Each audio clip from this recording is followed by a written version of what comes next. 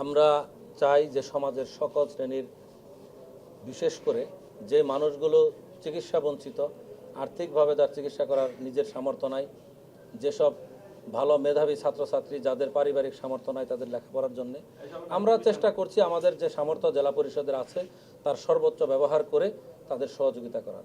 আপনি যেটি বলেছেন যে আরও হলে ভালো হয়, হ্যাঁ আমরাও মনে করি এই বৃত্তি যদি আরও বাড়াতে পারি সেটা আমাদের জন্য ভালো হবে।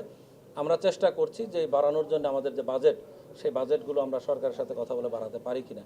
তবে আমার মনে হয় যে আমার মাননীয় প্রধানমন্ত্রী জনাব তারেক রহমান প্রত্যেকটি সেক্টরের জন্য যেভাবে আলাদা আলাদাভাবে তিনি দায়িত্ব পালন করছেন, আমার বিশ্বাস যে তিনি আমাদেরকে দেখবেন, জেলা পরিষদের ফান্ড আরও বাড়বে এবং আমরা আরও অধিক সংখ্যক মানুষকে আমরা সহযোগিতা করব।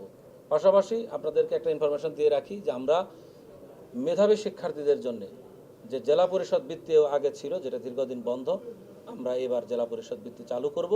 আমরা আবার মেধাবীদের বৃত্তি দিব যাতে তারা ওই অর্থের মাধ্যমে তাদের লেখাপড়া চালাতে পারে। আজকে অনুদান পেল অধিকাংশ হচ্ছে চিকিৎসা, বিশেষ করে ক্যান্সারের পেশেন্ট, কিডনির জটিলতায় যারা ভুগছেন, যাদের ব্যয়বহুল চিকিৎসা তারা বেশি আছেন। তারপরে আছেন হলো আমাদের দুজন ফুটবলার আছেন, জাতীয় খেলেন, তাদের পারিবারিকভাবে তার বাবারা অসুস্থ।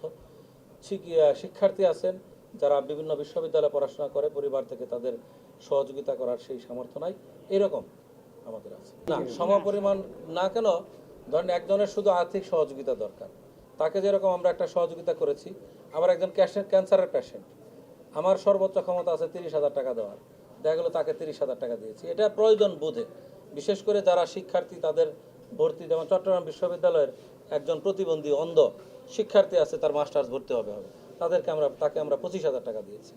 আবার মৌলানা ভাসানীতে পড়ে তাদেরকে 25,000 দিয়েছি, জাতীয় যারা তাদেরকে 20,000 দিয়েছি এবং বলেছি আমরা সময়ে সময়ে এই যে সহযোগিতা এটা অব্যাহত রাখবো। বিশেষ করে যারা ক্যান্সারের রোগী, কিডনি জটিলতা, তাদেরকে আমরা একটু বেশি দেওয়ার চেষ্টা করেছি। সর্বমোট প্রায় 23 লক্ষ টাকা।